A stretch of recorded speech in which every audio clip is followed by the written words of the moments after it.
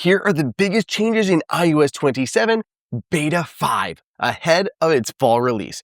Real quick, if you want to keep up to date with all of the latest Apple news and reviews, just hit that subscribe button. So Apple has released the 5th developer beta of iOS 27, and soon, if not by the time that you see this video, we'll have a new public beta as well. So what's new with this update this time around? Let's get into it. Now, this is super tiny out of the gate, but I noticed when checking for this new update, when you go into the settings and check what version of iOS you're running, it'll actually tell you when that update was installed, which is pretty handy. So here you can see that iOS 27 was installed today on my iPhone 17 Pro. I think it's helpful for those who have automatic updates turned on too. And also, while we're here, this beta was big. I've seen some as high as 19 gigs, but mine was just over 17. This will always depend on your device and what version you were running before though, so your mileage may vary. First of the new features is a host of new app icons. Several icons like settings were updated to support liquid glass better. Other icon changes were more drastic. Safari, Siri, Preview, and Remote all got fresh icons. Personally, I really like the one for Preview. I also think the one for Safari is due. It looked so plain before, and I'm glad to see it getting some of those details back. I'm not sure I'm sold on the one for Siri though.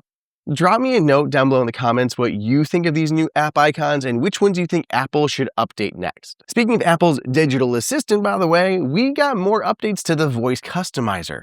If you go into settings, Siri, then adjust the voice, newer devices will give you complete control over how Siri sounds, including the pace and expressiveness. Earlier in the beta, these sliders that you could adjust were only for the US American accent, but now works for any American voice and all the British ones too. In total, we currently have 11 supported voices for the customizable Siri voice, and more will continue to be added. Remember, only newer devices will support these customizable voices though, like iPhone Air, 17 Pro, and 17 Pro Max, likely due to memory limitations. Next change is in Control Center. The cellular network type will no longer appear if your phone is connected to Wi-Fi. Mine is just showing Verizon Wi-Fi here in the studio. I love this next option. It's super cool, but if you go into Settings and Search, there's a new section for before searching. That's like when you pull down to access Spotlight Search and everything. There on your home screen, it'll show you various previews there of